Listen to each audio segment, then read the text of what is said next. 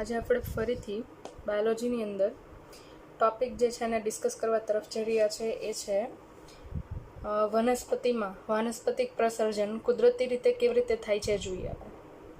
Last લેક્ચરની અંદર તમે જુઓ તો કુદરતી રીતે જે વાનસ્પતિક પ્રસર્જન થાય છે એના માટેના અલગ અલગ તબક્કા હતા, એમના માટે તમે ચર્ચા કરી હતી. હવે આની અંદર ખાસ આપણે ડિસ્કસ કરવાના છીએ કે અલગ અલગ પ્રકારે પ્રસર્જનની પ્રક્રિયા છે, એમના પ્રકારો છે, એમાં કેવી રીતે તમને પ્રસર્જનની પ્રક્રિયાઓ જોવા મળે છે. હવે એ પ્રસર્જનની પ્રક્રિયા છે એની અંદર આપણે જોઈએ તો અહીંયા આગળ અલગ અલગ પ્રકાર તમને સમજાવવામાં આવે છે. એક જે છે મૂળ દ્વારા વાનસ્પતિક પ્રજનન થાય છે, એના પછી પ્રકાંડ દ્વારા વાનસ્પતિક પ્રજનન થાય છે, એના પછી પર્ણ દ્વારા થતું વાનસ્પતિક પ્રજનન. બરાબર, તો આ અલગ અલગ ભાગ છે એમના વડે જે વાનસ્પતિક પ્રજનનની પ્રક્રિયા થાય છે એના માટે આજે આપણે વાત કરીએ છીએ. ઓકે, હવે ખાસ કરીને પહેલી વાત કરીએ આપણે તો મૂળ દ્વારા જે વાનસ્પતિક પ્રસર્જન થાય છે એમાં કેવી રીતે પ્રક્રિયા થાય છે.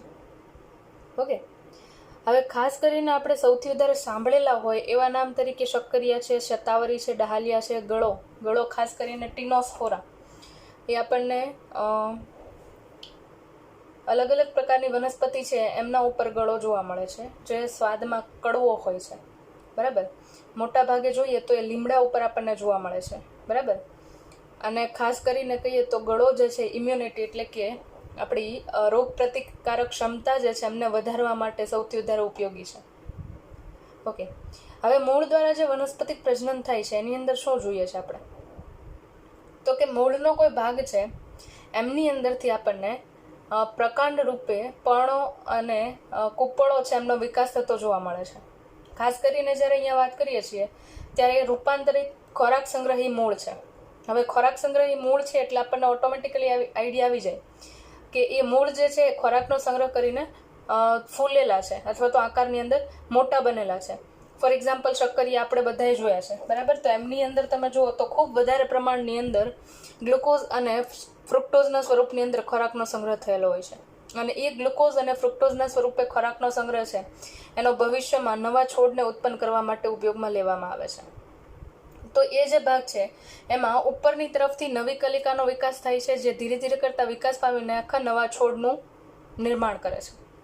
હવે તમારે અહીંયા આગળ ખાસ યાદ રાખવા જેવી બાબત હોય તો એ યાદ રાખવા બાબત તમે અહીંયા ધ્યાનમાં લઈ શકો. એક્ઝામ્પલ્સ એના છે ખાસ કે જે વારંવાર પૂછાતા હોય છે.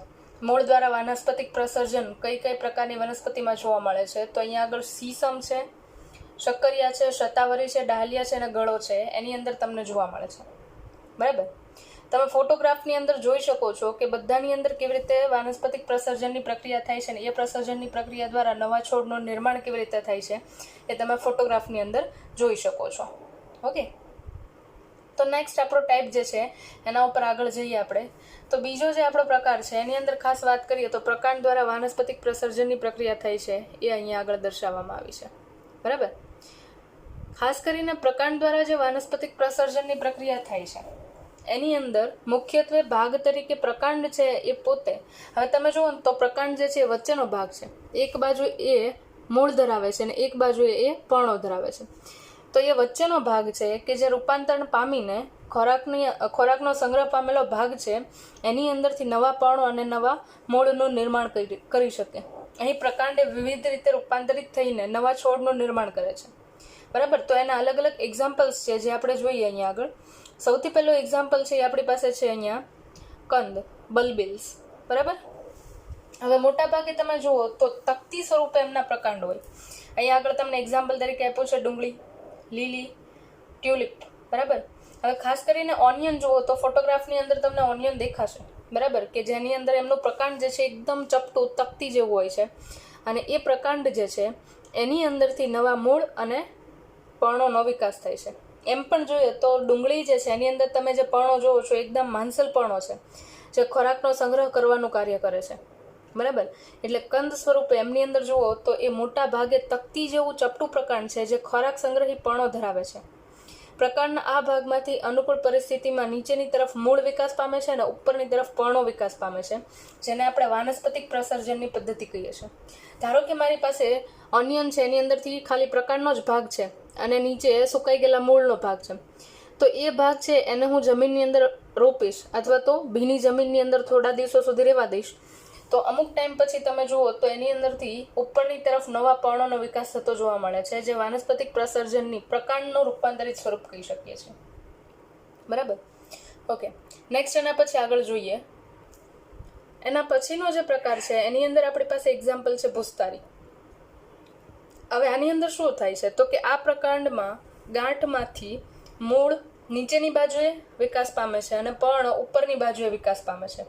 બરાબર. ખાસ કરીને તમને ડૂબઘાસ, અબુટી અને સાયનોડોન એટલે કે ખાસ કરીને જલીય વનસ્પતિ છે એમની અંદર તમને આ જોવા મળે છે. એના પછીનું એક્ઝામ્પલ છે એ છે આપણી પાસે વિરોહ. વિરોહ જે છે એમની અંદર મુખ્ય શાખાઓ પ્રકાંડના તલ ભાગેથી વિકાસ પામીને કમાન આકારે કેટલાક અંતર સુધી વૃદ્ધિ પામે છે અને અંતે જમીનને સ્પર્શીને નવા પ્રરોહનું સર્જન કરે છે. એક્ઝામ્પલ છે આપણી પાસે સ્ટ્રોબેરી, જાસ્મિન, પિપરમેન્ટ. બરાબર. આનો ડાયાગ્રામ છે એની ઉપરથી ઇઝીલી તમે સમજી શકો. કમાન આકારે વળવું એટલે તો કે ધારો કે આ જે છે એ ધરી છે, તો આ પ્રકારની ધરી હોય તો એમાં અહીંયા સાઈડમાંથી વળવાની પ્રક્રિયા થાય છે અને એ જમીનના છેડામાંથી ફરીથી પ્રકાંડના નિર્માણની પ્રક્રિયા થાય છે. આપણી સામે જે અત્યારે હાલમાં પ્રથમ ઉદાહરણ છે એ ભૂસ્તારીનું છે, જેની અંદર આપણે વાત કરી હતી કે પ્રકાંડ જે છે એમનો ગાંઠવાળો વિસ્તાર છે. બરાબર. હવે સામાન્ય રીતે આપણને ખબર છે કે પ્રકાંડનો ગાંઠવાળો જે વિસ્તાર છે ત્યાંથી તમને નવા મૂળ અને પર્ણોનો વિકાસ થતો જોવા મળે છે. તો અહીંયા આગળ તમે જુઓ તો આ નીચેની તરફ નવા મૂળનો વિકાસ થાય છે અને ઉપરની તરફ જુઓ તો નવા પર્ણોનો વિકાસ થાય છે. એવી જ રીતે ગાંઠનો વિસ્તાર જે છે એ જેમ જેમ લંબાતો જાય છે એમ એમ દરેક ગાંઠનો ભાગ છે ત્યાંથી નવા મૂળ અને પર્ણોનો વિકાસ થતો તમને જોવા મળે છે. બરાબર. એ જ રીતે બીજું એક્ઝામ્પલ આપણે લીધું હતું વિરોહ માટેનું. બરાબર, જેને ઇંગ્લિશમાં કહીએ છીએ આપણે સ્ટોલન. હવે એની અંદર આપણે વાત કરી હતી કે જમીનનો પ્રકાંડની નજીકનો ડાળીનો ભાગ છે. બરાબર. એ ધીરે ધીરે કરતા કમાન આકારે વળે છે. કમાન આકારે વળે છે જે ભાગ જમીનના સંપર્કમાં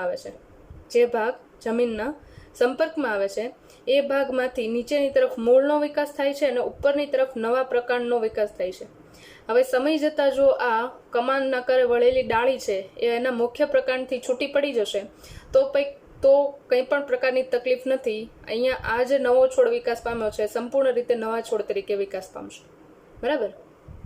ઓકે, નેક્સ્ટ એના પછીનું આપણું એક્ઝામ્પલ છે એની અંદર વાત કરીએ છીએ આપણે ચૂષકની. બરાબર, જેને આપણે અધોભૂસ્તારી તરીકે પણ ઓળખીએ છીએ. હવે અધોભૂસ્તારી છે એની અંદર શું જોઈએ છે આપણે તો કે જમીનમાં મુખ્ય પ્રકારની વૃદ્ધિ થાય છે પરંતુ શાખાઓ ગાંઠમાંથી વિકાસ પામીને જમીનમાંથી બહાર આવે છે. બરાબર, જે તમને અનાનસ અને ક્રાઇસેન્થેમમ છે એમની અંદર જોવા મળે છે. હવે ખાસ કરીને જ્યારે એની અંદર વાત કરીએ છીએ ત્યારે ડાયાગ્રામ દ્વારા આપણે એને સમજીએ. હવે જ્યારે આપણે ચૂષકની વાત કરીએ છીએ ત્યારે જમીનમાંથી મુખ્ય પ્રકારની વૃદ્ધિ થાય છે. બરાબર. હવે આ જુઓ તો જમીનમાંથી મુખ્ય પ્રકારની વૃદ્ધિ થતી હોય એ જોવા મળે છે, પરંતુ શાખાઓ ગાંઠમાંથી વિકાસ પામીને જમીનમાંથી બહાર આવે છે. તો અહીંયા આગળ આ જે છે એ તમે જુઓ છો કે આ ગાંઠનો વિસ્તાર છે જ્યાંથી જમીનની અંદરથી શાખા બહારની બાજુ આવે છે. બરાબર. તો આવું આપણને અનાનસ છે, ક્રાઇસેન્થેમમ છે, બરાબર, એમની અંદર ફુદીનો છે, એમની અંદર તમને આ પ્રકારની સંરચના છે જોવા મળે છે કે જેમાં જમીનની અંદર રહેલું મુખ્ય પ્રકાંડ છે એની અંદરથી શાખાઓ છે બહારની તરફ આવતી હોય છે. ઓકે, નેક્સ્ટ આપણે જોઈ રહ્યા છીએ ભૂસ્તારિકાનો એક્ઝામ્પલ. સામાન્ય રીતે નાજુક પ્રકાંડ ધરાવતી જલજ વનસ્પતિમાં ઉત્પન્ન થાય છે અને જલીય વનસ્પતિની ખાસ કરીને વાત કરીએ તો જળ શૃંખલા, ટ્વિસ્ટિયા, બરાબર, અને જળ કુંભી એટલે કે આઇકોનિયા, એમની અંદર તમને આ પ્રકારની પદ્ધતિ જોવા મળે છે. હવે એની અંદર જુઓ તો પદ્ધતિની અંદર ખાસ વાત કરીએ આપણે તો ભૂસ્તારિકાની આંતરગાંઠ નાની અને જાડી હોય છે અને દરેક ગાંઠ પર્ણ અને મૂળનો ગુચ્છો ધરાવે છે. બરાબર. તો અહીંયા આગળ તમને આ જે દેખાય છે ભૂસ્તારિકાની અંદરની ગાંઠ છે કે જે નાની છે, જે મૂળ અને પર્ણો બંને વસ્તુ ધરાવે છે. અને ઓફસેટ, બરાબર, એટલે કે ભૂસ્તારિકા એ જો મુખ્ય પ્રકાંડથી છૂટું પડી જાય તો પણ આ બંને જે છે એ અલગ અલગ વનસ્પતિ તરીકે વિકાસ પામી શકે છે. હવે જે આગળ આપણે વાત કરવા તરફ જઈ રહ્યા છીએ, બરાબર, એની અંદર આપણે વાત કરીએ તો ખાસ કરીને અહીંયા આગળ ભૂમિગત રૂપાંતરણો છે એમના માટે વાત કરીએ છીએ. તો એની અંદર આપણે જાણીએ છીએ એક્ઝામ્પલ તરીકે ઘણા બધા છે આપણી પાસે, અને એમાં પણ ખાસ કરીને વાત કરીએ તો બટાટા. બરાબર, કે એની અંદર તમે જુઓ છો કે બટાકા છે એમની ઉપર તમને અમુક સિઝન દરમિયાન ઉપરની તરફ આંખ નીકળેલી જોવા મળે છે, જેને આપણે બટાકાની આંખ કહીએ છીએ.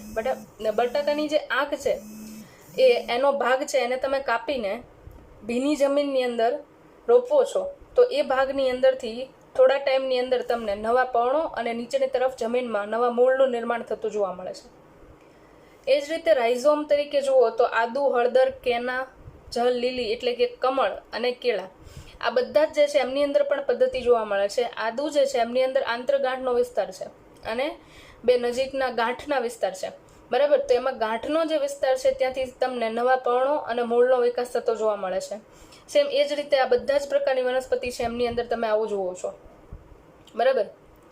વજ્રકંદ જે છે એની અંદર પણ આ જ પદ્ધતિ જોવા મળે છે અને કંદ જે છે આગળ આપણે જોઈ ગયા છે, જેમાં ખાસ કરીને લસણ અને ડુંગળીનો આપણે સમાવેશ કરીએ છીએ એની આપણે વાત કરીએ છીએ, બરાબર.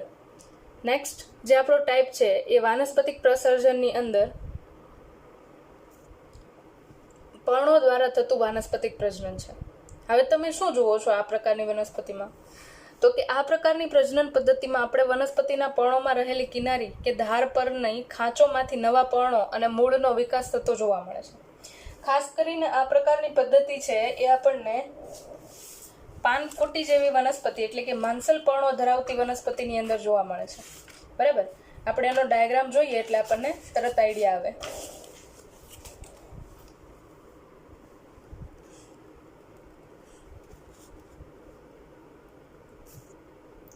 હવે આ જે છે તમારી સામે એક્ઝામ્પલ છે, પાનફૂટીનું એક્ઝામ્પલ છે. આ જે છે એની પર્ણ કિનારી છે, દરેક ખાંચ છે. ખાંચની અંદર તમે જુઓ તો મૂળ અને ઉપરની તરફ પર્ણોનો વિકાસ થતો જોવા મળે છે. આ ભાગની અંદરથી તમે જુઓ તો એ જ્યારે મુખ્ય પર્ણ છે એનાથી છૂટું પડી જાય ત્યારે નવા છોડ તરીકે વિકાસ પામે છે અને એ આખી નવી વનસ્પતિ છે એ ઉદ્ભવે છે, બરાબર. તો આ જે છે એક જ પર્ણ છે એની અંદરથી ઘણા બધા પ્રમાણમાં કલિકાઓ બને છે અને દરેક કલિકા છે નવા છોડનું નિર્માણ કરે છે, જે આપણે અહીંયા આગળ જોઈ શકીએ છીએ. તો આજે જે આપણે પ્રજનનની પદ્ધતિ જોઈ છે એ બધી જ પ્રજનન પદ્ધતિ છે કુદરતી પ્રક્રિયાઓ વડે જોવા મળતું વાનસ્પતિક પ્રજનન છે. હવે તમે જે નેક્સ્ટ લેક્ચરની અંદર જોવાના છો એ કૃત્રિમ પદ્ધતિ વડે વાનસ્પતિક પ્રસર્જન કેવી રીતે કરાવી શકીએ અને એના ફાયદા અને ગેરફાયદા શું છે એ આપણે જોવાના છીએ, બરાબર.